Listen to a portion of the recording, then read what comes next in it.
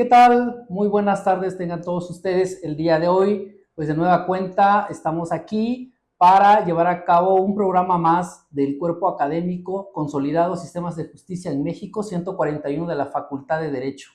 El día de hoy nos congratulamos porque tenemos a un invitado sumamente importante en el ámbito laboral y va a ser una charla muy amena para que contribuya sobre todo para la comunidad universitaria, para los alumnos de la Facultad de Derecho, para los alumnos del doctorado, de la maestría y obviamente para el público en general. Primeramente también mando un cordial y afectuoso saludo a la comunidad universitaria, a los alumnos de la Facultad de Derecho, del doctorado en Derecho y de la maestría en Derecho. Asimismo, a quienes nos siguen por las redes sociales, en particular por la cuenta de Facebook del Cuerpo Académico Sistemas de Justicia en México 141 de la Facultad de Derecho, esperando que este programa sea pues muy relevante y sobre todo muy ilustrativo para los estudiosos, para los interesados en el campo del derecho, sobre todo en materia laboral. Quiero dar la bienvenida, en este caso, a quien nos acompaña el día de hoy, nuestro invitado, a el maestro Eric García Jauregui, juez de distrito del primer Tribunal Laboral Federal de Asuntos Individuales en el estado de Guerrero, con sede en Acapulco. Juez, bienvenido. Muchas gracias por la invitación, yo soy el agradecido. Gracias. Pues voy a dar una lectura de una síntesis, aclaro, una síntesis curricular porque la trayectoria y el currículum del juez es muy amplio, pero puedo decir que es vencedor del cuarto concurso abierto para designación de jueces y juezas de distrito especializados en materia del trabajo, obteniendo el segundo lugar general entre más de 1,200 aspirantes a nivel nacional, con la calificación de 100 puntos ante el jurado. Tiene una formación académica en licenciatura por la Universidad Autónoma de Baja California, sede Tijuana, una maestría por el Instituto de Estudios Superiores en Derecho Penal, maestría en Derecho Procesal Constitucional, una especialidad en Derecho del Trabajo y Justicia Laboral, en la quinta generación impartida por la Escuela Federal de Formación Judicial, línea terminal 1, órgano jurisdiccional. Asimismo, un curso básico de formación y preparación de secretarios del Poder Judicial de la Federación en el ciclo 2016, extensión Tijuana, Baja California. Actividades profesionales que comprobable, pues notario público, número 5 en Tijuana, Baja California, Tribunal Federal de Justicia Fiscal y Administrativa, en el Poder Judicial de la Federación, oficial administrativo, en el primer Tribunal Colegiado en Materia Civil y del Trabajo del 15º Circuito en Tijuana, Baja California, secretario del Tribunal adscrito al tercer Tribunal Unitario del 15º Circuito en Tijuana, Baja California, secretario del Tribunal adscrito al Tribunal Colegiado de Apelación del 15º Circuito en Tijuana, Baja California. Asimismo, juez de distrito y titular del primer Tribunal Laboral Federal de Asuntos Individuales en el estado de Guerrero, con sede en Acapulco, que es el cargo que actualmente tiene.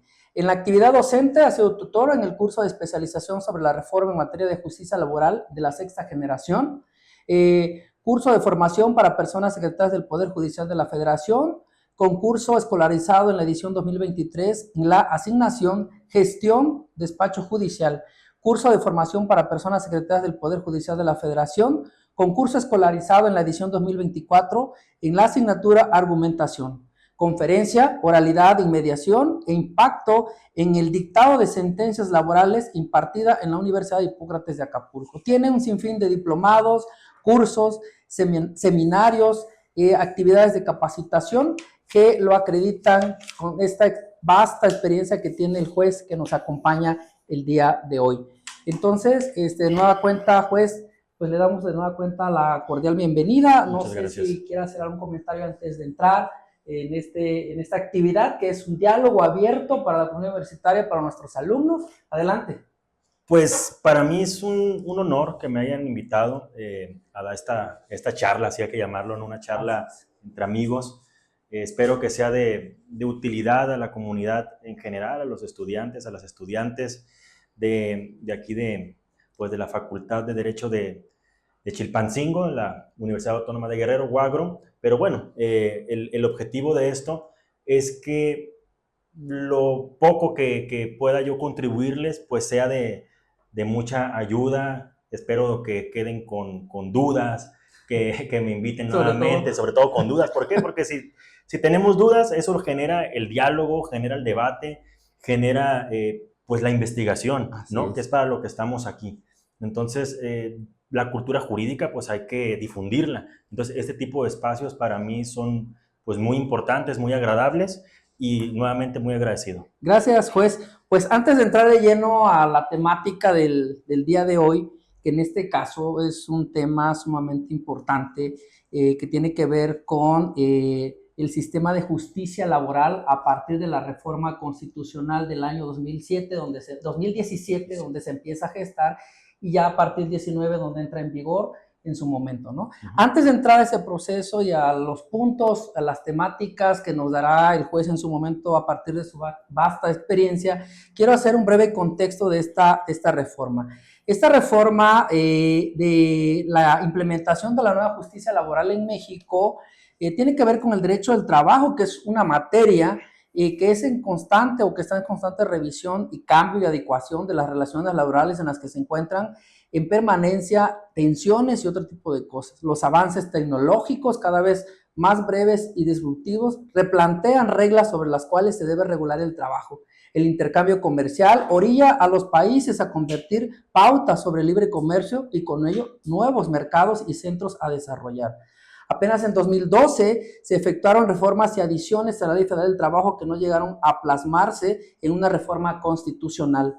Dentro de las modificaciones que se llevaron a cabo hace una década se recogen, entre otras, el principio de trabajo digno y decente, la incorporación de los términos de el hostigamiento y acoso sexual, una regulación sobre el régimen de subcontratación, nuevas modalidades de contratación como son los contratos con periodos de prueba, contratos de capacitación inicial, contratos de temporalidad o discontinuos. Asimismo, nuevas causales de rescisión de la relación del trabajo sin responsabilidad para el patrón. Además, se modificó la la forma más bien de entregar los avisos de rescisión de la relación laboral. Se limitó a 12 meses el pago de salarios caídos, se previó el salario por hora, se reguló la licencia de la paternidad, se reglamentó el teletrabajo o trabajo a distancia, entre otros. En el aspecto procesal, se publicó un nuevo reglamento interior y nuevos criterios de la Junta Federal de Conciliación y Arbitraje. Por décadas, la resolución de conflictos laborales pasó por la competencia de las Juntas de Conciliación y Arbitraje. La fracción 31 del apartado A del artículo 123 de la Constitución determinó que por regla general los conflictos obrero-patronales serían competencia de las autoridades de las entidades federativas, esto es, las Juntas de Conciliación y Arbitrajes en el ámbito local, con excepción de la propia fracción que prescribía que ciertas ramas industriales, servicios y empresas eran competencia de las Juntas Federales de Conciliación y Arbitraje. La Administración de Justicia desde las Juntas de Conciliación y Arbitraje fue duramente cuestionada por el foro jurídico y por los propios destinatarios de las mismas, los trabajadores y los patrones. Una de las más constantes quejas expresadas se refirió a la corrupción al interior de algunas juntas de conciliación y arbitraje, a la cual están a efectos tanto servidores públicos como abogados y defensores. En el año 2015, y a petición del presidente de la República, se llevaron a cabo los diálogos por la justicia cotidiana, donde comparecieron múltiples instituciones académicas, organizaciones sociales, entidades universitarias, el Consejo de la Judicatura Federal y el Senado de la República, así como la Cámara de Diputados, la Junta Federal de Conciliación y Arbitraje, entre otras más. En particular, hubo una mesa que se llamó la Mesa 2, denominada Justicia Laboral, donde se realizó un diagnóstico sobre el sistema de impartición de justicia en materia laboral. Esta se dividió en dos grandes grupos. El primero fue relativo a lo imputable a los tribunales de trabajo y el segundo fue referente a los justiciables. En cuanto al tema de los justiciables, se identificaron prácticas desleales del uso de la justicia laboral, la utilización inadecuada de la conciliación, casos de abandono de empleo para simular despidos, despidos injustificados que encubren renuncias, ofertas de reinstalación laboral para ocultar disposiciones injustificadas, la falsedad con la que se conducen las partes, la industria del laudo o del abuso de despachos que hacen del litigio una industria, el abuso de la prueba pericial, la extorsión o simulación de emplazamientos a huelga, entre muchas más. Actualmente nos encontramos frente a un nuevo paradigma laboral cuyos derroteros son la creación de instituciones, el cierre de las juntas de conciliación arbitraje, la aplicación de la conciliación como instancia previa obligatoria, modificaciones al amparo, entre otros cambios, que en su conjunto han sido denominados como la implementación de la reforma laboral. El artículo 123 constitucional ha tenido múltiples reformas acorde a diferentes objetivos perseguidos por los diferentes regímenes políticos en el poder. No pasa inadvertido señalar que la Constitución es historia legislada, esto es, la narrativa normada de la relación de poder. Sin embargo, la reforma aplicada en 2017 implicó grandes y trascendentales cambios en el papel del Estado mexicano en la resolución de los conflictos obrero-patronales.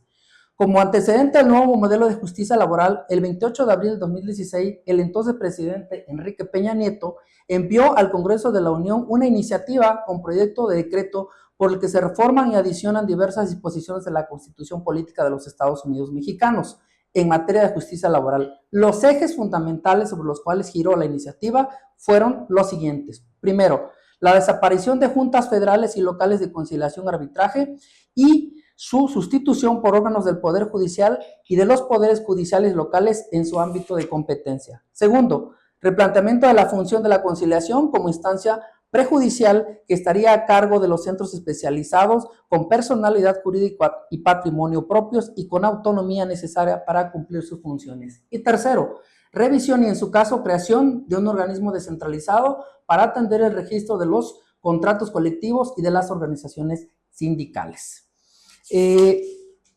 Otra de las cuestiones fundamentales de esta reforma y que da la pauta, pues es que la reforma constitucional publicada el 24 de febrero de 2017 y que se comentó en líneas precedentes, ordenó en su artículo segundo transitorio que el Congreso de la Unión y las legislaturas de los estados en sus ámbitos de competencia contarían con un año para realizar las adecuaciones legislativas. Sin embargo, el Congreso de la Unión incumplió por más de un año a la fecha en su momento, debido a que había por ahí algunas modificaciones y cuestiones que se tenían que regular. Así, finalmente, el 1 de mayo del 2019 se publicó en el Diario Oficial de la Federación el decreto por el que se reforman, adicionan y derogan diversas disposiciones de la Ley Federal del Trabajo, de la Ley Orgánica del Poder Judicial de la Federación, de la Ley Federal de la Defensoría Pública, de la Ley del Instituto de Fondo Nacional de la Vivienda para los Trabajadores y de la Ley del Seguro Social en materia de justicia laboral, libertad sindical y negociación colectiva.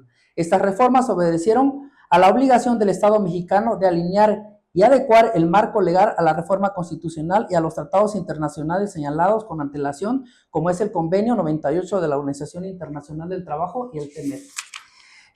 Respecto al establecimiento de reglas democráticas para la consulta de los trabajadores mediante el voto libre, secreto y directo para la elección de dirigencias sindicales y contratación colectiva. Con respecto al Consejo de la Judicatura Federal, se adicionó el artículo 102 y donde se señala la unidad de peritos judiciales como órganos de naturaleza técnica que tienen para objeto auxiliar a los tribunales en materia laboral para asegurar el derecho a la defensa en materia laboral. Mediante orientación, asesoría y representación jurídica se ampliaron los servicios que brinda la Defensoría Pública Federal para hacerlos extensivos en materia laboral. Es de señalarse que las reformas a la legislación laboral alcanzaron otros temas variados como renuncias, un régimen de trabajador del hogar, prohibiciones a los patrones de derechos de trabajadores, entre muchos más. Sin embargo, por un amplio de las mismas y por el objeto de este trabajo, se llegó a esta fase de la justicia laboral. Como ven, es un contexto amplio en relación al tema. Y pues quisiera darle paso a nuestro invitado el día de hoy para que nos dé su punto de vista en relación particularmente a este contexto en el que se dio la reforma que tiene que ver con la justicia laboral o la no justicia laboral en nuestro país. Adelante.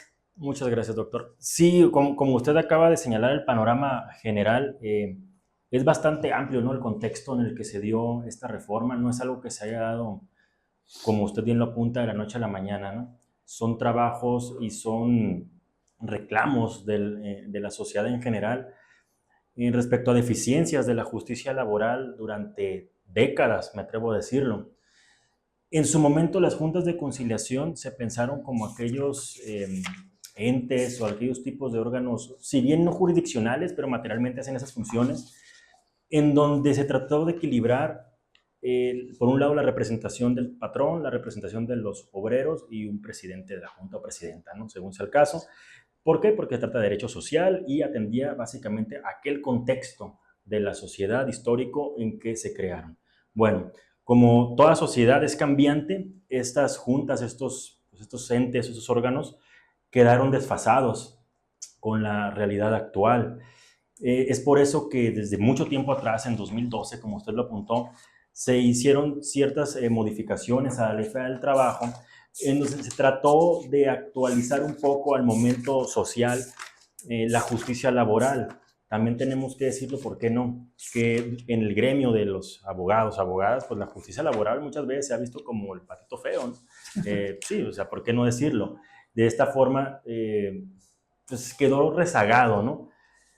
También usted tocaba un punto muy interesante, la cuestión esta pues de los diálogos y todos los debates que se generaron a partir de la presidencia del expresidente del sexenio, el expresidente Enrique Peña Nieto.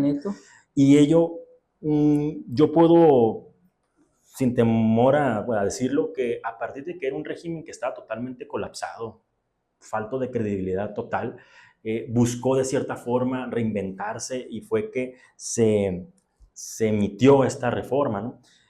Por un lado, también tenemos que ver que en el plano internacional esto no obedeció a que de la nada se nos ocurriera como Estado mexicano hacerlo, ¿no? Y autorregularnos, hay que hablar con la verdad. Esto obedeció a que en un plano internacional, históricamente se había mirado pues a nuestro país como un promotor básicamente de la simulación de justicia laboral. ¿Qué quiere decir eso? Se fomentaba aparentemente la negociación colectiva, pero realmente no había una decisión por parte de los agremiados de los sindicatos, hay que decirlo.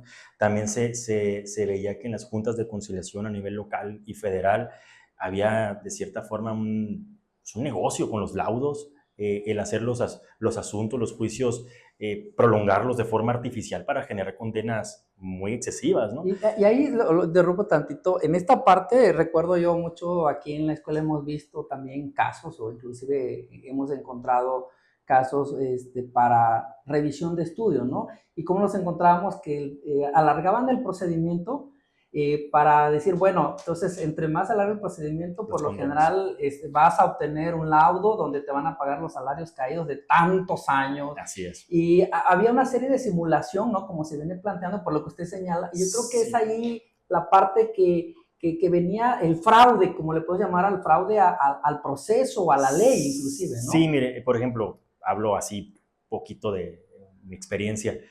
Cuando yo estuve en el Tribunal Colegiado en materia civil de trabajo allá en la ciudad de Tijuana, por aquellos años del 2016, en aquel entonces yo llegué al Poder Judicial de la Federación. Yo antes, como usted lo señaló, estaba en el Tribunal Federal de Justicia Fiscal Administrativa. Pues, ¿qué tiene que ver la materia fiscal administrativa con materia de trabajo? Pues tiene mucho que ver. ¿Por qué? Porque aquel tribunal tiene competencia para también conocer de seguridad social, pero tratándose de otro tipo de servidores, ¿no? Y desde aquel entonces me llamaba la atención la cuestión de seguridad social, materia de trabajo, nos llegaban asuntos de Infonavit, de IMSS, los patrones, etcétera. Desconozco la relación de trabajo, todo ese tipo de cuestiones, ¿no? En ese inter yo empecé a cursar el curso básico de formación para personas secretarias en 2016, cuando en junio de ese año se abren o inician función los nuevos tribunales laborales, colegiados en materia civil de trabajo. Ya dejé mis currículums, llego al tribunal colegiado, 2016, y por ahí de los primeros asuntos que me tocó, yo era oficial administrativo en aquel entonces, así se llamaba para aquella plaza, ahora oficial judicial C, me tocó un asunto del 98, ¿no? Llegó a la mesa con la que el secretario con el que yo estaba un asunto de un expediente de la Junta Federal de allá de Tijuana que inició en el año 1998. Estamos hablando de 2016, sí, donde el asunto había ido y venido, regresado, vuelto a ir, etc. Sabrá Dios cuántas veces, no recuerdo ahorita, solamente me acuerdo del tiempo, ¿no? Entonces, esto es lo que usted dice.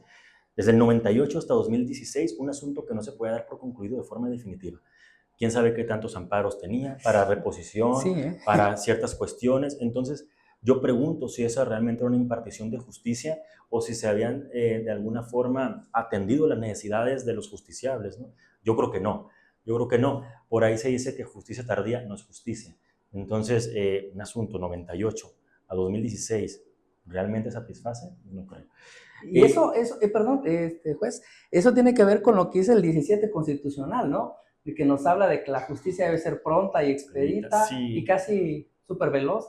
Ahí el tiempo es mucho Sí, sí, sí. para las partes, sobre todo porque hay de fondo, sí, la obtención del derecho de que se les reconozca ese derecho a través de una resolución, en este caso a través de un laudo en su momento, pero todo lo que iba atrás, todo el complot, por llamarle de una manera, y el fraude que se estaba haciendo, a veces por parte de los abogados, a veces, yo no me atrevo a decir que también el asunto porque no tengo elementos, pero de acuerdo a lo que se menciona, había como que esa cierta complicidad en algunos casos, vamos a ponerlos así. Es un conjunto de factores realmente que no, aquí no podemos decir que es atribuible a una parte o a otra, o sea, no. También tenemos que tomar en cuenta que, ¿por qué no decirlo?, que las juntas de conciliación en su momento fueron abandonadas de forma presupuestal, abandonadas con personal, material humano, material de todo, ¿no? Entonces, sí, yo no dudo que en las juntas de conciliación y arbitraje hay personal, a la fecha todavía que existen, capacitado y expertos en la materia, simplemente han sido rebasados en su momento por la falta de personal, de insumos, de presupuesto y también, ¿por qué no?, al ser una materia de derecho social, están rebasados, colapsados, ¿no? Así También es, eso así incluso es. nos pasa a nosotros en los tribunales federales, al ratito quiero llegar a ese punto. Y si no queremos cometer el mismo error, tenemos que revisar muchas cuestiones, ¿no? Así es. También tenemos que decirlo, ¿por qué no?, que la reforma en materia de trabajo constitucional 2017 básicamente consagra dos derechos fundamentales. Uno de ellos es el acceso a la justicia, acceso efectivo a la justicia, ¿Sí? y para ello lo podemos dividir, por así decirlo, en dos temáticas. Uno es la existencia de una etapa conciliatoria previa obligatoria que esté en manos de personas expertas, de mediadores expertos y que realmente traten de contribuir a la solución alterna o amistosa de los conflictos, ¿no? También esto es muy interesante porque históricamente entre abogados y abogadas se piensa que aquel abogado que lleva más a juicios, etcétera, es el mejor. No, también tenemos que cambiar esa cultura del pleito, por decirlo de una forma, y también terminarlos por la vía amistosa de la conciliación. También ese es un acceso a la justicia. El otro eje ahí en esta parte del acceso a la justicia es que la impartición de estos asuntos en materia de trabajo, tanto a nivel local como federal, pasa a los tribunales, ahora llamados tribunales laborales, tanto del Poder Judicial de la Federación, que es donde yo estoy, como de las entidades o locales, ¿no? En este caso, pues de Guerrero, que es donde estamos, cada uno con sus competencias delimitadas en el artículo 123, apartado A, y en el artículo 527 de la Ley Federal del Trabajo, perdón. Por otra parte, también, otro de los derechos fundamentales, le mencionaba que son dos. Uno es el reconocimiento efectivo de los derechos colectivos de los agremiados a los diferentes sindicatos del apartado A, ¿no? Porque el apartado B es otra historia que seguramente hace falta que metamos mano por ahí, pero ahorita hablamos del apartado A. Y sobre todo esa parte que usted menciona, porque eso tiene que ver con otra temática que es la administración de justicia laboral, que ya usted ya mencionó, ya hizo un contexto sobre el tema, cómo esa transición, ¿no? En el tema de la administración de justicia laboral, ¿qué nos puede decir de esa transición de lo que acaba de decir ya, de ser juntas de conciliación, arbitraje federales y locales que dependían del Ejecutivo o eran, por lo menos en el caso local, hubo muchos ejemplos de cómo determinados presidentes de juntas eran designados prácticamente por dedazo por el ejecutivo en turno, ¿no? Entonces, y cómo a veces cuando llegaban en el tema de la independencia, la imparcialidad, asuntos que eran donde el interesado era el Estado, ¿a qué intereses obedecía quienes llegaban bajo esa denominación? Por lo menos entiendo que más bien ese era el esquema legalmente establecido, ¿no? Que estaba. Y hay una transición aquí en esto de la Administración de Justicia Laboral, ¿cómo ve? Sí, mire, evidentemente al momento de que se emite o que se publica el 24 de febrero de 2017 en el Diario Oficial de la Federación el decreto de reforma constitucional, artículo 123, apartado A, en diferentes fracciones. A mí me gustaría dar lectura a la fracción 20ª, Sí. si me permite. Adelante, adelante. Donde señala: la resolución de las diferencias o conflictos entre los trabajadores y patrones estará a cargo de los tribunales laborales del Poder Judicial de la Federación o de las entidades federativas, cuyos integrantes serán designados atendiendo lo dispuesto en los artículos 94, 97, 116, fracción tercera, y 122, apartado A, fracción cuarta de esta Constitución, según corresponda, y deberán contar con capacidad y experiencia en materia laboral. Sus sentencias y resoluciones deberán observar los principios de legalidad, imparcialidad, transparencia, autonomía e independencia. También aquí ¿qué nos habla esta primera parte, este primer párrafo?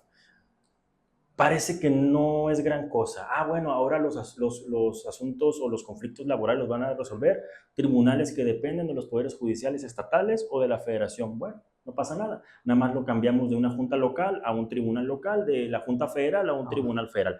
No pasa nada, gran cosa. Pero esto es un terremoto jurídico. ¿Por qué lo puedo llamar así?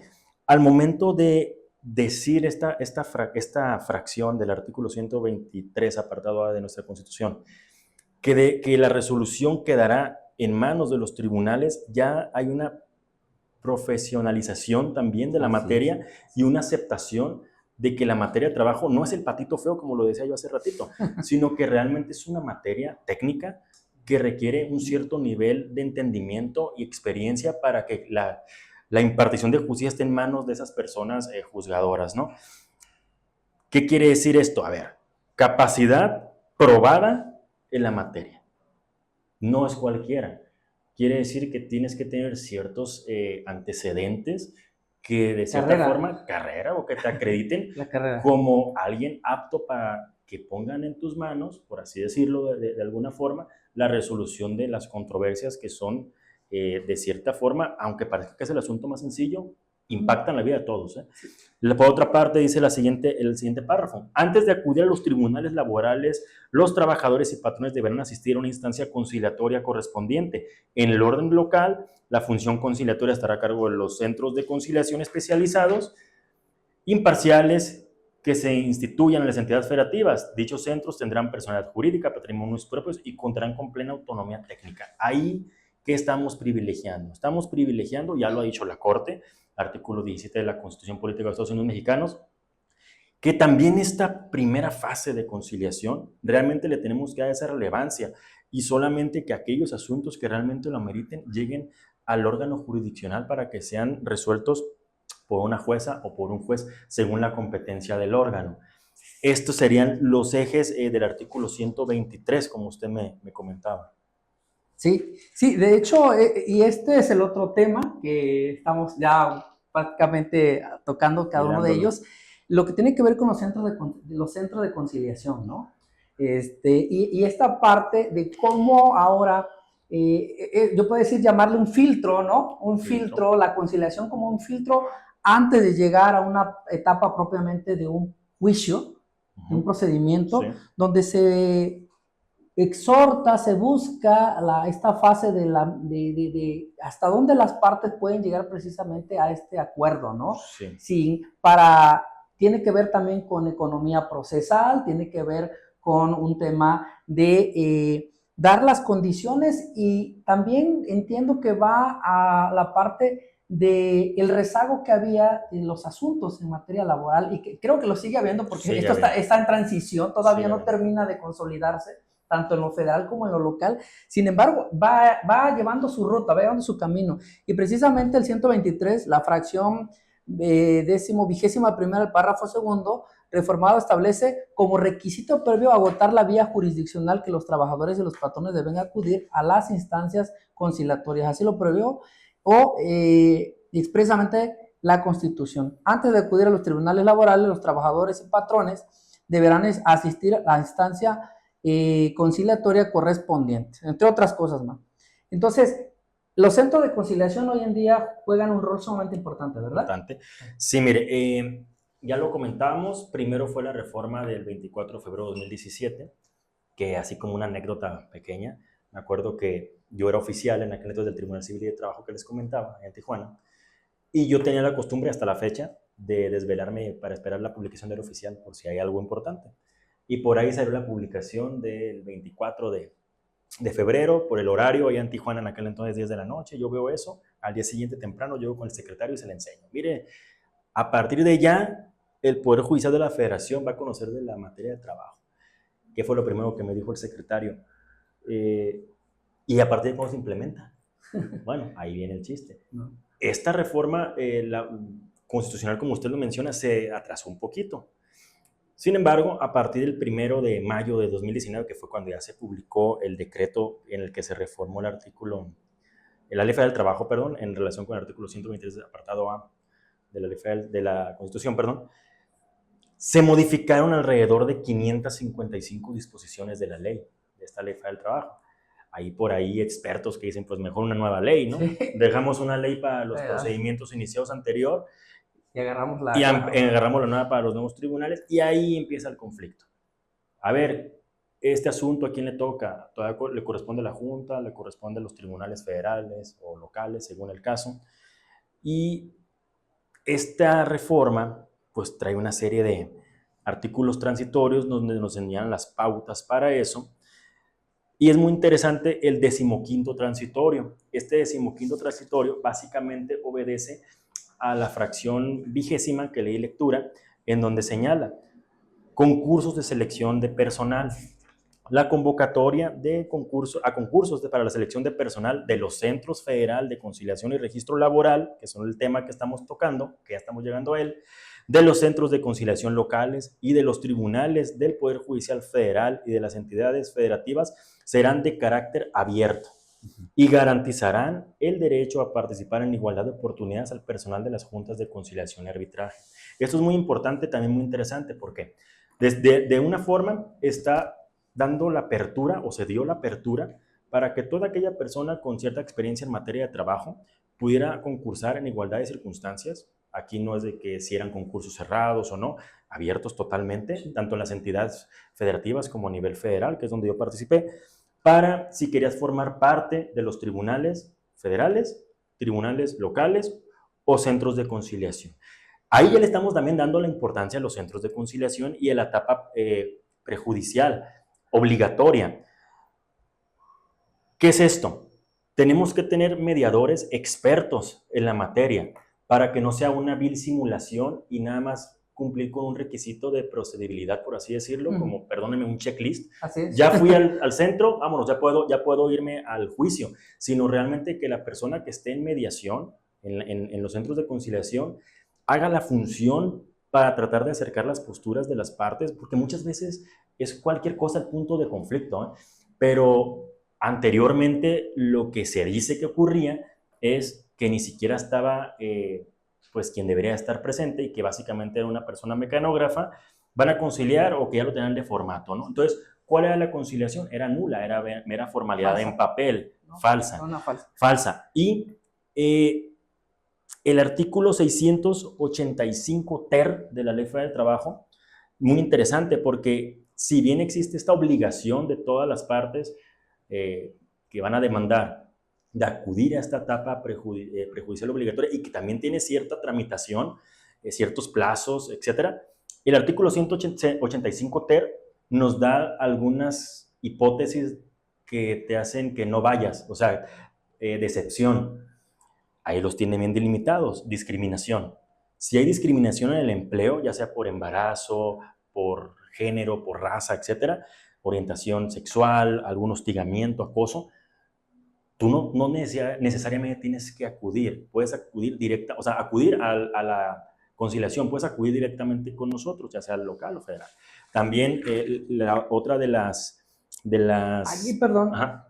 Esto que usted menciona tiene que ver un poco o mucho con el principio de definitividad en esta parte, o no tiende a esa parte. Y regresándome a lo que mencionaba también, a la otra pregunta, en relación a que, más bien un planteamiento, corrijo, en relación a que hoy en día, bueno, lo que se busca con la conciliación y sobre todo las personas que deben estar llevando a cabo este proceso, este filtro, deben ser personas capaces, que tengan técnicos, obviamente, y que Conocimiento. realmente que conozcan, porque es un filtro importante que va a permitir, obviamente, que lo que tenga que no pasar, que no pase. O sea, y que se quede ahí, ¿no? Pero a través del eficaz cumplimiento de los derechos. O sea, no se trata nada más, debe de ser que no se trate solamente de decir, no, yo soy el filtro y no quiero que pase y aquí te detengo, ¿no? Sino que realmente se satisfagan los derechos de las partes, ¿no? Que sería otra parte importante. Sí, mire, atendiendo al primer cuestionamiento, si se trata del principio de definitividad o no,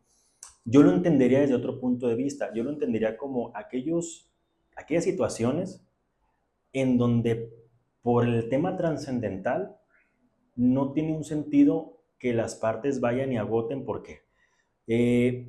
Si hay discriminación, si es por motivo de género, de sexo, de orientación sexual, embarazadas, lo que usted quiera, raza, al momento de que se vaya a la conciliación, yo quiero saber qué es lo que van a arreglar. Nada más vamos a revictimizar también a la parte discriminada. Sí. Por otro lado, declaración de beneficiarios, pues también atiende a la naturaleza del asunto. Por ejemplo, si yo voy y quiero conciliar con la patronal para que me otorgue los derechos laborales del difunto, pues todavía no hay una declaración de una autoridad judicial donde diga quién es realmente el beneficiario. Y luego por ahí aparece otro beneficiario. Entonces mejor vete a juicio, que vayan todos los que crean que tienen derecho, una autoridad fije quién es el beneficiario, y ahora sí, con el que queda, con el que queda, ¿no? Exactamente. Reconocido. Por ejemplo, trabajo infantil, trata laboral, o sea, son temas que por su naturaleza especial y trascendente están excluidos. Lo que usted señala en relación con que en los centros de conciliación a nivel federal, a nivel local, tienen que estar personas realmente capacitadas, expertas en la materia, sobre todo en mediación y en materia de trabajo, es muy importante porque la segunda sala de la Suprema Corte de Justicia de la Nación, al analizar este artículo 685 ter de la Ley Federal del Trabajo, señala que no es un obstáculo ni que se le pongan, por decirlo de forma coloquial, trabas a la gente, sino que realmente obedece a un verdadero acceso a la justicia, porque en términos del artículo, perdón, de la fracción del transitorio 15º que acabo de dar lectura a la Ley Federal del Trabajo, las personas que estén en los centros de conciliación ya pasaron por un concurso donde demostraron ser expertas en conciliación, en mediación, ya tienen conocimientos de materia de trabajo, deberán de atender que las partes trabajadoras no renuncien a derechos, ¿sí? Entonces, nos dice la Corte, segunda sala en este caso, no es un impedimento para el acceso a la justicia, por el contrario, es otra forma de acceder a la justicia y le da esa importancia que merece la conciliación. Ahora bien, si en el centro de conciliación no se llega a un arreglo, bueno, ya tienes, pasas a los tribunales y ahora sí empezamos el procedimiento, por así decirlo. Pero ojo, aquí es muy importante decirlo, porque yo he escuchado por ahí de que de repente en los tribunales locales tienen cierto éxito mayor o menor de conciliación, ya llegando a los tribunales, a diferencia de los tribunales federales. Esto yo creo, ¿no?, con la experiencia que tengo en el Tribunal Federal en el que estoy adscrito, que también obedece a la materia que tenemos. Porque si bien ambos tribunales, tanto locales como federales, nos regimos por la Ley Federal del Trabajo, lo cierto es que la materia que conocemos, la competencia es diversa. Entonces, hay asuntos que realmente no se van a conciliar, porque también aquí, doctor, me atrevo a decirlo, hace falta cambiar la cultura jurídica de las dependencias federales, que es lo que nosotros conocemos, y también de ciertas instituciones que por política, aunque el asunto esté súper conciliable, no lo van a hacer. Entonces, eso impacta también en el porcentaje de asuntos que terminan por esta vía amistosa, ¿no? Okay. Yo creo que esta parte, esta última, todo está muy interesante realmente, y sobre todo por la vasta experiencia que usted tiene. Esta parte, ¿no? Sobre todo cuando los intereses a veces son intereses muy, ¿cómo llamarlo?, grandes, o que le ponen el dedo a determinados asuntos. No quiero decirlo de consigna, porque a veces hay intereses, ¿no?, que están y que a veces no permiten que precisamente esto que usted acaba de decir, puede que haya un órgano, un organismo especializado, bien preparado, pero cuando hay ciertos intereses que están ahí, ¿cómo poder hacerle, ¿no? Para que efectivamente, primero se cumpla este principio de la imparcialidad, la objetividad, y luego que lejos de que estos espacios pudieran funjan como tal para resolver problemáticas, atendiendo una fase de conciliación real, verdadera, y no a otros intereses, ¿no? Que es un reto también esa parte, ¿no? Es un reto, y aquí es importante decirle a todas las personas que nos ven y nos escuchan, que les quede bien claro que todo, así lo dice la ley federal del trabajo, todo lo que se platique o lo que se lleve a cabo en esta etapa prejudicial obligatoria ante los centros de conciliación, ya sean local o federal, está, por así decirlo, protegido por el principio de confidencialidad. ¿Qué quiere decir esto, doctor? Esto quiere decir que tú, persona trabajadora, siéntete en confianza de ir al centro de conciliación, platicar, y si tú por ahí dices alguna cuestión, no podrá ser tomado en cuenta en juicio en tu contra. ¿Por qué? Porque está protegido bajo este principio de confidencialidad. De la autoincriminación, tomarlo como... Puede ser de esa forma, ¿no? Puede ser de esa forma. ¿Por qué? Porque de repente a lo mejor cuando van a estos centros hay alguna cuestión que a lo mejor acepta la parte trabajadora y que dice, es que si lo acepto, me va a perjudicar en juicio. No, tú tranquilo. Nada de lo que se platique en el centro de conciliación podrá ser llevado a juicio, y si es llevado no se podrá tomar en cuenta. Yo esto lo digo siempre en mis audiencias. ¿Por qué? Porque la conciliación no termina en la etapa prejudicial ante los centros. Se traslada la obligación a nosotros, a los tribunales locales y federales. Nosotros, por ejemplo, en la mañana, en el tribunal en el que estoy adscrito, tuvimos una audiencia preliminar entre una empresa de telecomunicaciones y un trabajador. Y parecía que las posturas estaban muy, muy separadas. Entonces yo lo primero que hago siempre es, antes de iniciar cada fase, en esta proactividad que tenemos que tener las personas juzgadoras laborales, es, a ver, en términos del artículo 873K de la Ley Federal del Trabajo, en relación con el 17 constitucional, que privilegia las salidas alternas y amistosas, ¿tienen alguna propuesta? No, pues que sí, pero que primero que me reinstalen, ¿no? Okay. Entonces ahí uno tiene que empezar la labor. A ver, miren, es que ahorita son posturas, son pretensiones, etcétera, y de cierta forma hacerlos pues conscientes de la etapa en la que estamos, de que a lo mejor no estamos tan lejos de llegar a un arreglo y evitarnos llegar a juicio. Yo siempre les digo, no porque yo no quiera llegar a juicio, me fascina llegar a juicio, sino que aquí se trata de privilegiar la salida alterna, terminación amistosa de un convenio, y así se logró el día de hoy. Entonces, uno de los ejemplos, ¿no? También los tribunales laborales se traslada esa obligación y uno también la hace de mediador. Okay. Sí, entonces la parte de la conciliación es fundamental, ¿no? De acuerdo a la reforma laboral, señala como una solución eficaz para resolver los conflictos que suceden en relaciones obrero-patronales, ¿no? Y la conciliación en general tiene un fundamento, pues ya lo mencionábamos hace rato, en el artículo 17, párrafo quinto, que dispone que las leyes preverán mecanismos alternativos de solución de controversia. En materia laboral, la conciliación tiene su fundamento en la reformada fracción vigésima, del apartado A del artículo 123.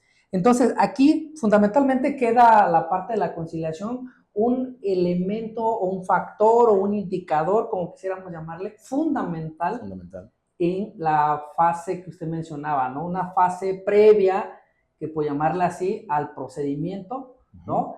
Que pretende precisamente persuadir en cierta medida, exponiéndole una serie de beneficios que pudieran obtener las partes y que pudieran no necesariamente, o más bien a través de esta conciliación, obtener quizás eventualmente lo que podrían tener en un procedimiento, en un juicio largo quizás, donde haya otro tipo de cuestiones, que al final de cuentas te lo mencionaba muy bien, es parte del trabajo que ustedes hacen, ¿no? Y además formaría parte de la estadística de cuántos procedimientos resolvieron. Pero qué bien que esta parte es así.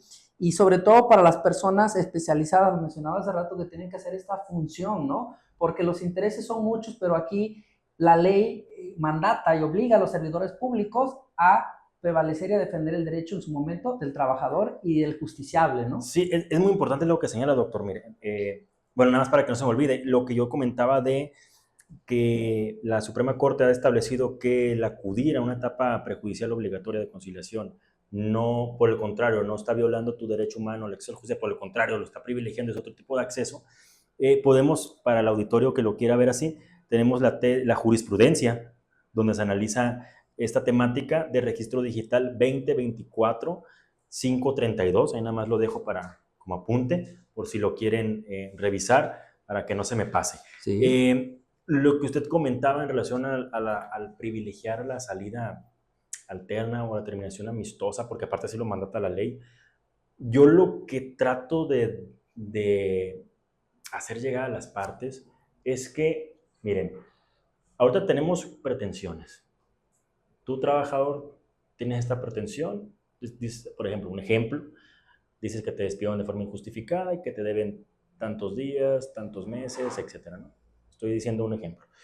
De este lado señalan que no fue despido, etcétera. Pero todavía no hay nada probado. Son posturas, son pretensiones.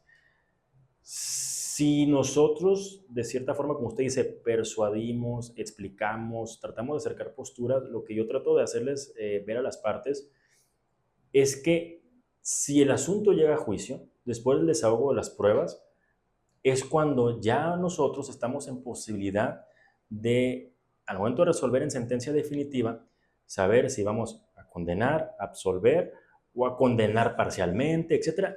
Y sí, esto sí, mucho ojo aquí.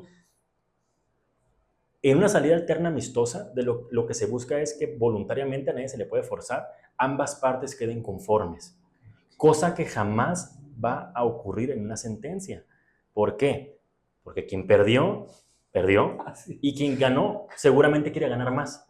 Entonces, por ese motivo, simple motivo, la conciliación es la salida que nos deja de cierta forma conformes a todas las partes, ¿no?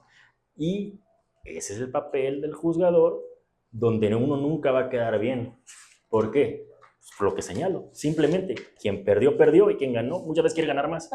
Sí, no se puede tener contentos a todos. No se puede quedar bien con las dos partes. Imposible. Aquí el derecho se tiene que decir acorde, si se entra a la fase apropiadamente del procedimiento, pues a la aportación de las pruebas, al análisis y al razonamiento que tiene que hacer el juzgador una vez de haber revisado, analizado y valorado esas pruebas, a quién le corresponde ese derecho en la parte que hizo en su momento lo que pedía, ¿no? Sus peticiones, ¿no? Y a quién tiene que darle en cierta medida la razón y el derecho, ¿no? Que es la parte... Lo que esté probado. Así es, no es lo que digan, sino lo que pueden probar, ¿no? Exactamente. En el procedimiento. Otra de las cuestiones y de los temas también importantes de esta reforma, ya también lo tocaba hasta al inicio, pero me gustaría que lo tocáramos un poquito más, el tema de la democracia y libertad sindical, que es otra de las cuestiones también que viene a dar un giro importante en este país, sobre todo un país como México, donde hay monopolios, o había, no sé cómo decirlo, y sobre todo donde grupos ¿no? Se hacían de los sindicatos, perpetuaban, pero además hacían vida política, ¿no? Para partidos, para meter a la gente a la actividad política a través de una presión sindical. Básicamente un brazo ejecutor de partidos políticos. Exacto, ¿no? Ahí está, digo, el caso lo puedo decir, del CENTE en su momento y de otros grandes sindicatos a nivel nacional, de la industria minera, etcétera, etcétera. Entonces, creo que esto viene mucho a desfogar esa parte de esa concentración que se tenía de un solo monopolio sindical, por llamarle así, de ciertos grupos de poder también, que tenían obviamente muchos intereses. Entonces, creo que esto también ayuda mucho. Obviamente, otra cosa es la titularidad del contrato, que esa tiene otra vertiente, pero en términos generales es bueno, ¿no? Que haya esta diversidad y esta oportunidad de elegir, ¿no? Sí, o sea, como lo dije al principio de esta charla, doctor, la sociedad y en sí el derecho es cambiante. Así es. El derecho, por naturaleza, siempre va pues desfasado con la sociedad va cambiando rápido, el derecho trata de alcanzarte. La democracia sindical, como usted lo dice, los sindicatos en su momento fueron estas fuerzas, pues si bien aparentemente laborales, pero bien eran brazos ejecutores políticos, ¿no? Donde se perpetuaban en las directivas los líderes sindicales y difícilmente había un cambio. ¿Por qué difícilmente? Porque no existía este voto, esta representatividad de forma directa, donde cada uno de los agremiados pudiera votar por su representación, por su directiva. Se manejaba este voto indirecto, ¿no? Entonces, esto es muy importante, que cada uno de los agremiados pueda votar de forma libre, directa, personal, secreta, sus directivas, sus líderes. La Ley Federal del Trabajo, a partir de la reforma 1 de mayo de 2019, lo que hace es recoger o de cierta forma trasladar aquellos convenios de la OIT, donde hablan de la libertad sindical, de la democracia sindical, de la elección de las directivas, también criterios de la Suprema Corte, por qué no decirlo, ¿no? La Suprema Corte ya había, ya hace bastante tiempo, analizado si la legislación laboral estaba acorde con estas organizaciones internacionales, OIT. Se determinó que no, que estábamos desfasados. Lo que se trata de hacer es recoger, si nosotros leemos la parte conducente de la Ley Federal del Trabajo con aquellos convenios de la OIT, podemos dar cuenta de que básicamente es una calca. Ahora ya quedó igual, ¿no? Queda igual cómo se garantiza que cada uno de los agremiados realmente elija a sus directivas. Y también otra cosa bien importante que hace la Ley Federal del Trabajo, y ahí sí yo aplaudo a los legisladores en esa parte. De las pocas cosas que a veces hay que aplaudir. Esta sí. Le dan realmente voz a las mujeres. ¿Por qué? Porque respeta lo que es la paridad de género, respeta lo que es realmente la importancia de las mujeres en el sector del trabajo, en las empresas, etcétera, y nos dice que también tendrán que tener un lugar en la mesa directiva, pero de mando. ¿Por qué? Porque antes lo que se hacía era, tú vete a las cuestiones de género, tú vete a las cuestiones de mujeres. Tu cartera ahí está lista. Ahí está. Y eran asuntos varios, pero quienes tomaban las decisiones eran los hombres. ¿Por qué no decirlo así? Una cultura machista de nuestro país. Entonces, lo que ahora hace la Ley Federal del Trabajo es esto. Coloca a las mujeres en áreas de dirección estratégicas de toma de decisiones en los sindicatos. Pueden ser de alguna empresa chica o hasta sindicatos nacionales, ¿por qué no decirlo?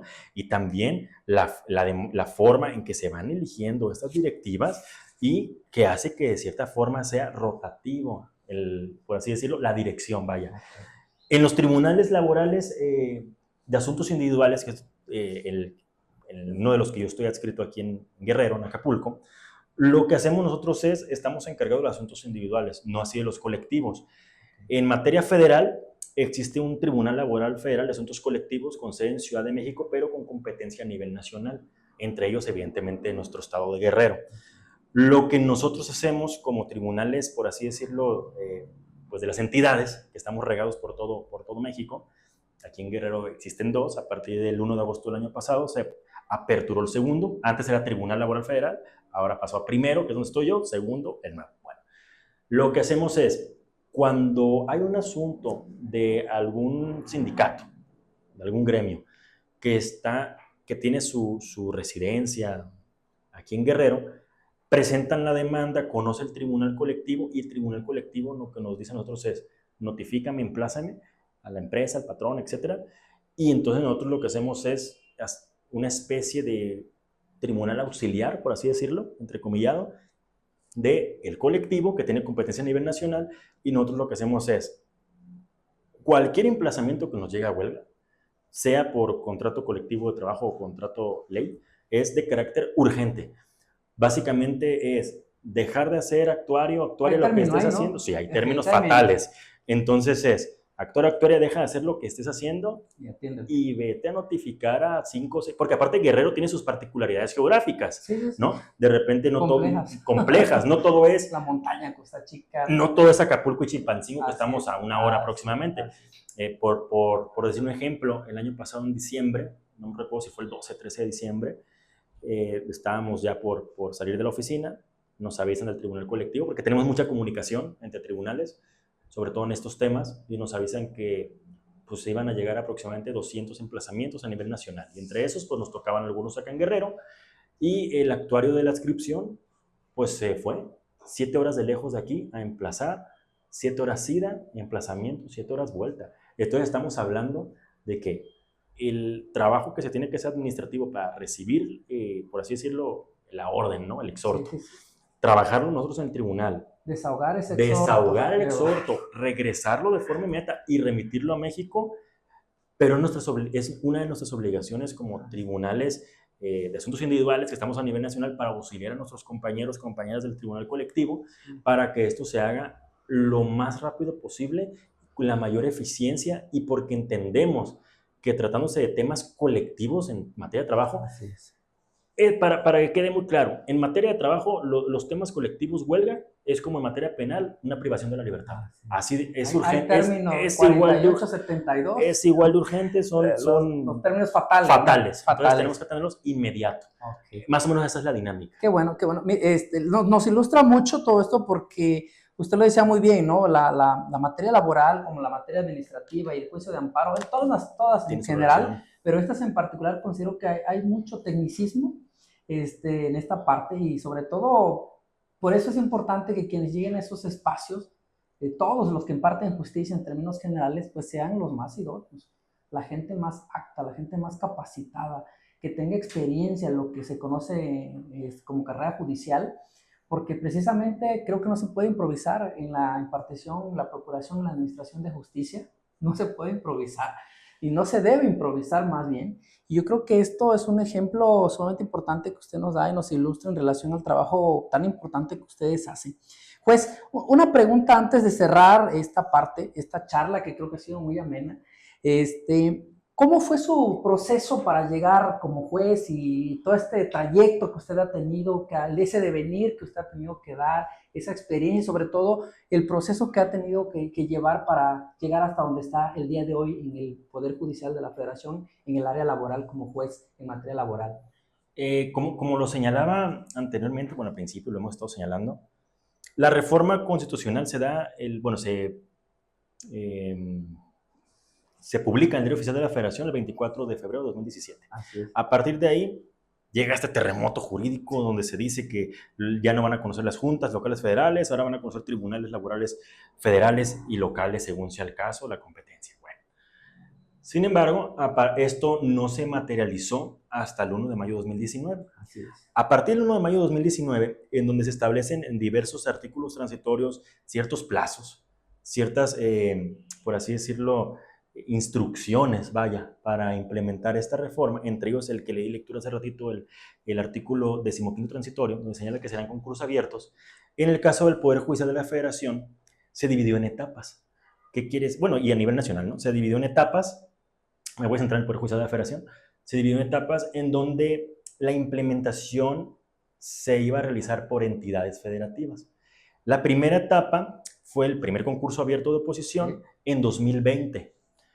Fue Ciudad de México, tribunales colectivos, Pachuca, también San Luis, Potosí, tengo entendido que Estado de México, entre otros, ¿no? Para no dejar a nadie fuera. La segunda etapa de implementación nos agarró en plena pandemia. Sí. En plena pandemia por COVID-19. Muy complejo, ¿eh? Sí, en aquel entonces, pues todo novedoso. Oye, pues ahora sí se lanzó la primera convocatoria abierta para juezas de distrito. Posteriormente, en 2021, se lanzan dos convocatorias, que fue el segundo concurso abierto para la segunda etapa de implementación y el tercer concurso abierto, que fue por finales de noviembre de ese año. El concurso donde yo me inscribí fue el cuarto concurso abierto de oposición. Este se lanzó, si no mal recuerdo, en junio del 22, pero previo a esto, la Escuela Federal de Formación Judicial, a la que le mando un saludo también, un agradecimiento, lanzó programas de actualización y lo hacía de forma escalonada, de forma secuencial.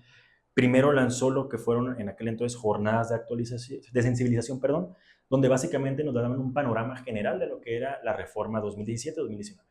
Terminabas esas jornadas de sensibilización y había una de actualización que duraba aproximadamente un mes y medio, no recuerdo, donde ya era un poco más profundo los cambios estructurales en la materia de trabajo. Posteriormente a eso fue la especialización, que es la que yo realicé, donde era muchísimas horas de trabajo porque tenías que compaginar tu labor cotidiana en los tribunales. Lo que estabas haciendo, ¿no? En mi caso era secretario de un tribunal. Que ya es mucho, ¿eh? Que ya es bastante. Según la materia, ¿no? Hay órganos que tienen un poco más, menos, pero bueno, todos tienen su complejidad. Todos tienen su complejidad.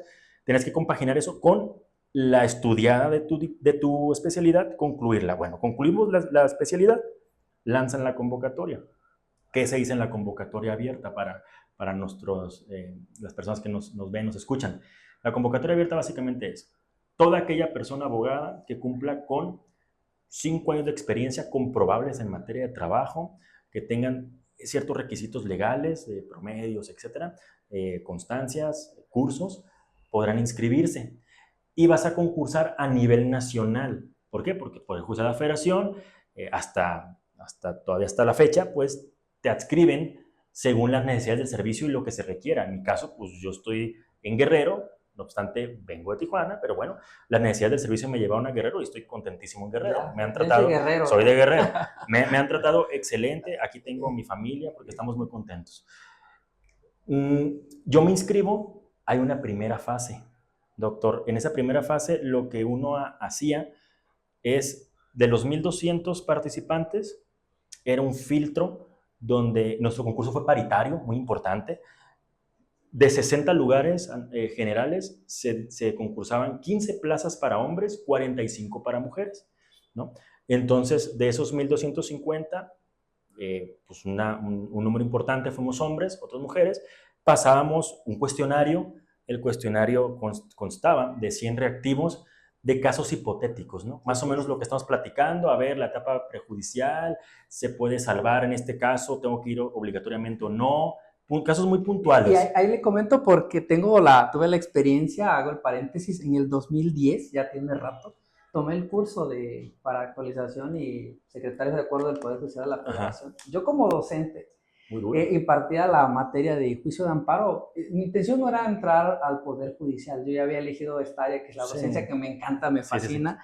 Sí. Y ahí, eso que usted me comenta, igual nos hicieron un examen para entrar solamente al curso por reactivo, y conozco el trabajo que hace la Escuela Judicial y el Consejo de la Judicatura Federal, todo este trabajo que hacen de preparación de la gente que llega para ocupar cualquier cargo. Me consta esta parte que usted lo está diciendo, porque digo, pasé por eso, afortunadamente acreditamos, logramos pasar ese curso y conozco este trayectoria. Por eso lo quise recalcar, y que es sumamente importante este procedimiento de selección que tiene. Son 3 etapas. La primera, como le comentaba, 100 reactivos, casos hipotéticos, materia de trabajo, juicio de amparo, derechos humanos, perspectiva de género, etcétera, ¿no? Una vez que concluye ese examen, pues se recopilan todas las calificaciones de los 1,200 que fuimos y pasabas a la siguiente fase, dependiendo los más altas calificaciones. Así es. Pasas a este filtro, y el siguiente filtro consta de 2 fases o etapas, por así decirlo, que es la resolución de un caso práctico. ¿Qué es eso? Te entregaban en un sobre cerrado un expediente desconocido hasta ese momento. Aquí está tu expediente, tus constancias, computadora, proyecta la sentencia. Y cronómetro, ¿no? Cronometrado. No recuerdo si fueron 4 o 5 horas para elaborar desde la primera parte hasta la última, hojas en blanco, y tú elaborar tu proyecto de sentencia, atendiendo a la legislación, jurisprudencia, normas internacionales y un caso hipotético de una dificultad considerable, ¿no? Siempre los expedientes que te ponían en los concursos tienen cierta dificultad técnica, porque evidentemente aspiras a un cargo de juzgador, entonces no puede ser un asunto de bajo nivel técnico, tiene que ser un nivel considerable. En esencia, perdón, se busca, ¿no?, que tenga todo ese bagaje, que ahí salga a relucir, ¿no? Argumentativo, aprovechando esa exactamente. Parte, ¿no? Como usted lo señala, ese bagaje argumentativo, técnico, jurídico y de conocimiento de lo que es la materia. Posterior, esa parte es el proyecto que le llaman caso práctico, y posteriormente hay un examen sinodal, parecido o muy parecido a los exámenes de grado, ¿no? En donde tienes un jurado frente a ti, tres jurados. 3 sinodales. 3 sinodales. En nuestro caso fue una magistrada de circuito ratificada, un magistrado de circuito y un consejero de la Judicatura Federal, todos expertos en la materia. Tú tomabas en ese momento un tema de todo el temario, tenías un tiempo para exponerlo sin material de apoyo, exponer el tema, y posteriormente a eso te hacían las preguntas y repreguntas que consideraran necesarias. Después de eso, se suman las calificaciones, hay porcentajes, y bueno, ya tenemos a las personas vencedoras, 15 hombres, en nuestro caso fueron 41 mujeres, y ya fuimos la 4ª generación que se publicó en el Diario Oficial de la Federación el 24 de noviembre de 2022. Ahí está mi nombre. Y a partir de ahí, pues ya eres básicamente juez de distrito, ¿no? Después, ¿qué pasa, doctor? Lo que señalaba hace rato lo quiero retomar.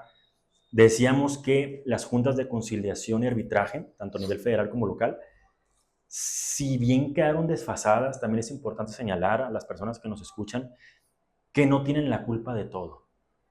También obedece a un, no sé si descuido, abandono, o no sé qué calificativo decir. Todos, diría yo. Todos, o un conjunto de todos, en donde también tenemos que ver que hay gente súper valiosa en las juntas. Sí, Súper seguro valiosas. que sí. Y por eso la reforma en el artículo 15 transitorio dice que también se le va a dar la igualdad de oportunidades a las personas de las juntas.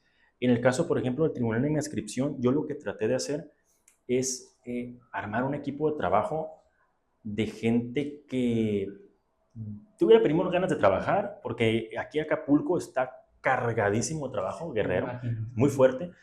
Y por ahí tenemos personas que han venido de juntas a sumar, y créanme que son personas súper comprometidas con la materia, con la impartición de justicia, Que aportan, ¿no? que aportan su conocimiento que ya traían. Entonces es bien importante rescatar ese conocimiento. Pero, quiero llegar a eso, los tribunales laborales, al menos federales, sí necesitan un apoyo estructural para que no pase lo que pasaba en las juntas. Es insuficiente el material humano que se tiene en los tribunales para las cargas tan fuertes que hay. Las personas que están trabajando en todos los tribunales a lo largo de la República hacen maravillas en el tiempo que tienen y el personal con lo que, por así decirlo, burdamente se produce. Okay. Nosotros en el Poder Judicial de la Federación, los tribunales laborales, somos los órganos que menos personal tenemos de todo el Poder Judicial de la Federación.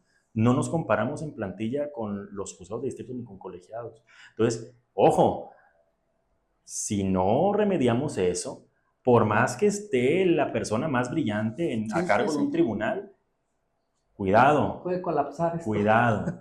Entonces nada más lo dejo ahí. No, y qué bueno, y yo quiero robustecer esta parte, porque sería un llamado desde aquí, sobre todo a los legisladores, a diputados, senadores, federales, presidente o presidente de la República, que tomen, que se detengan a revisar ese tema de la justicia laboral, porque si en esencia el espíritu, como luego decimos, de la ley o del legislador, era precisamente generar una nueva justicia laboral donde los justiciables tuvieran el acceso eficaz, oportuno, donde no hubiera trabas, donde realmente se llevara a cabo todo, donde hubiera una fase de conciliación, donde se les diera todas las orientaciones y las oportunidades procesales y se les garantizara el derecho en su momento a las partes y todo esto.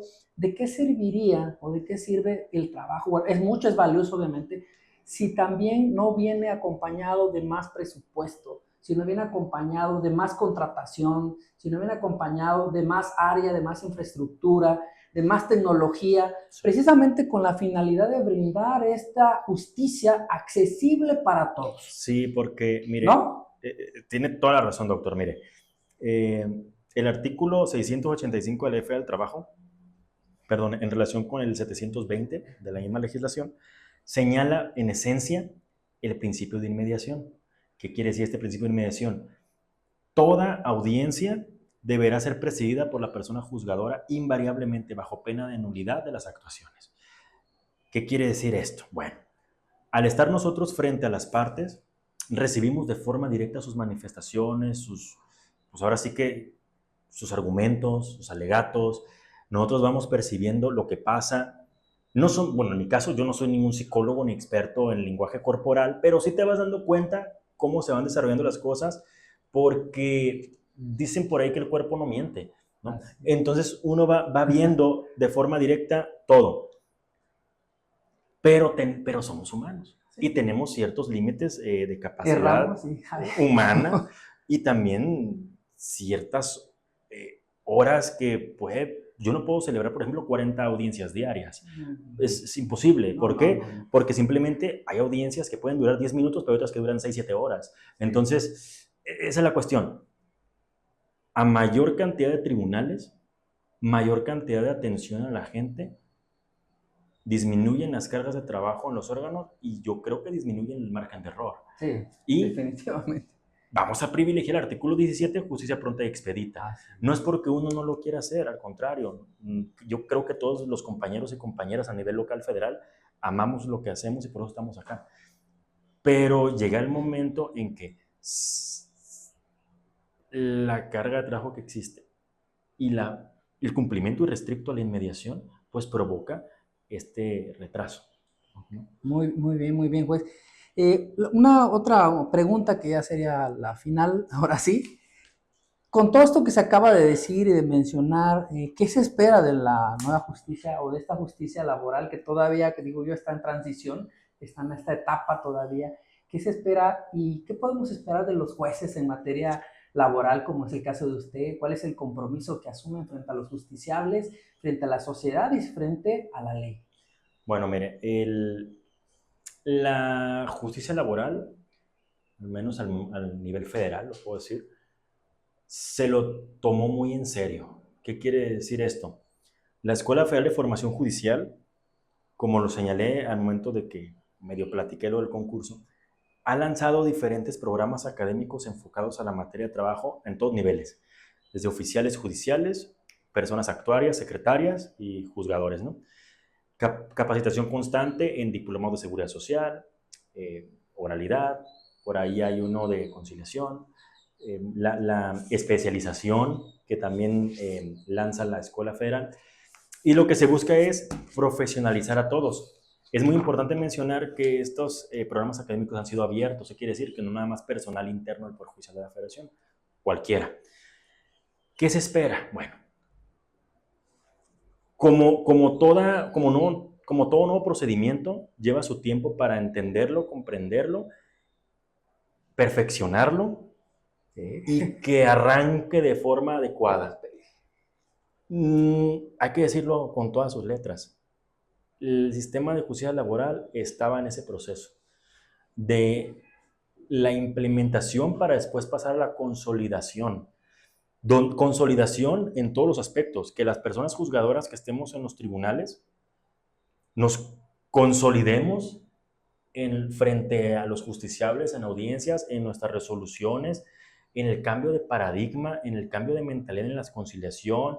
El procedimiento es diferente, una fase escrita, una fase oral, dictado de sentencias de forma oral o si no, dependiendo de algunos casos, posteriormente, pero lleva un tiempo. Después, ¿qué se buscaba? O yo creo que ¿qué se buscaba? O que sea lo ideal, que estas personas juzgadoras con experiencia en los tribunales laborales, posteriormente pasar a los tribunales colegiados para que en materia de amparo directo conociera de lo que los otros juzgadores estuvieran resolviendo, pero con la experiencia de que ya estuvieron ahí. Porque no es lo mismo estar en amparo revisando algo que nunca has vivido, ¿no? Y luego hay que compaginar los criterios porque sí, también hay que decirlo, hay criterios muy formalistas que no obedecen para nada a la realidad del procedimiento laboral actualizado. ¿Y cómo compaginarlo o qué se espera? Ojo, como lo señalo, apenas estábamos en esa materia, en ese momento de implementación de, como dice la Constitución, fracción 20 del 123, apartado A, personas con capacidad probada. 15º transitorio, Ley Federal del Trabajo, concursos abiertos de oposición. La reforma que estamos viviendo obedece a ello. Bueno, vamos a ver. Seguramente habrá mecanismos para garantizar eso. Lo que se busca es que sea lo mejor para los justiciables. Pues de verdad ha sido muy ilustrativo toda esta charla, ha sido muy ilustrativa toda esta plática que hemos tenido en este momento que hemos estado aquí. Yo creo que hay muchas cosas que todavía quedan para futuros programas o eventos o charlas. Yo espero que más adelante también lo podamos tener en otro espacio, no tan solo aquí que forma parte del programa que tiene el cuerpo académico.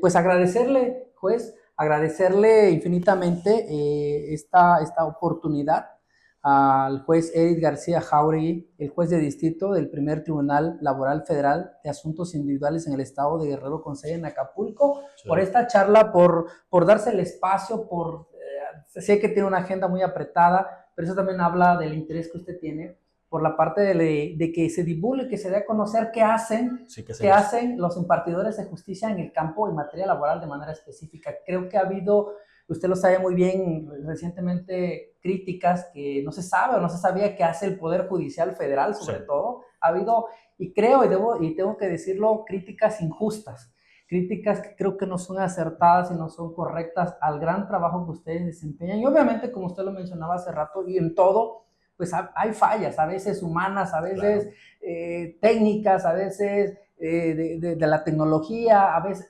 las hay, pero creo que no hay esa intención dolosa de querer afectar a nadie. Yo creo que más bien es un trabajo loable que ustedes realizan desde el espacio donde ustedes están, y creo que eso se valora muchísimo. El día que no sea así, yo creo que entonces estaríamos diciendo otra cosa. Yo valoro mucho en lo particular como coordinador del Cuerpo Académico Sistemas de Justicia en México, 141 de la Facultad de Derecho, el que está aquí con nosotros, que nos brinde su experiencia, que vale mucho para nosotros, para nuestros alumnos que nos ven de la Facultad de Derecho, que llevan una materia de derecho, derecho individual, derecho colectivo, derecho procesal laboral, tres laborales, colectivo, individual y procesal.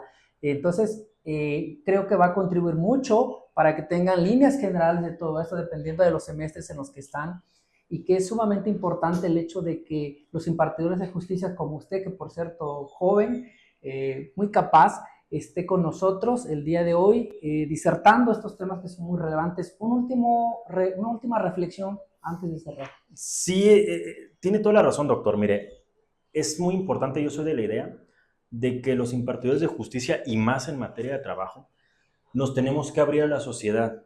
En la medida en que la sociedad conozca lo que hacemos, o que conozca lo que hacemos, podrá estar más informada y tomar decisiones de esta forma, informada, ¿no? Es muy importante, yo aquí quiero hacer la invitación al alumnado de aquí de la UAGRO, Chilpancingo, Acapulco, de las diversas entidades que nos ven, nos escuchen, que acudan a sus tribunales, ya sea aquí al local que está, o bien son bienvenidos, bienvenidas todos a cualquier audiencia pública, son públicas, salvo ciertos casos, pero en realidad 99% son públicas. Yo los invito a que acudan al primer Tribunal Laboral Federal de Asuntos Individuales en Acapulco. Estamos ubicados en Quebrada, esquina con José María Iglesias, en el centro, cerca del Zócalo. Ahí tienen la instalación del Tribunal Laboral. Yo, encantados de que la gente vaya, vea de forma directa, porque no tenemos nada que esconder. Nuestro trabajo ahí está visible a la sociedad.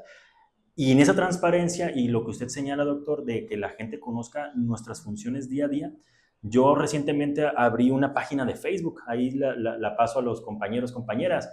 Mi apellido, García Jauregui Eric con pura K.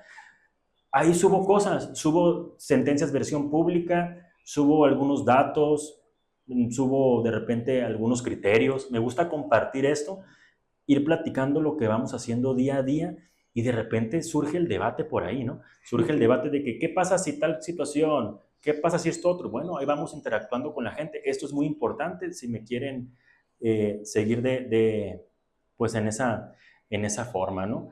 Y yo agradecido, si me vuelven a invitar, con todo gusto vengo.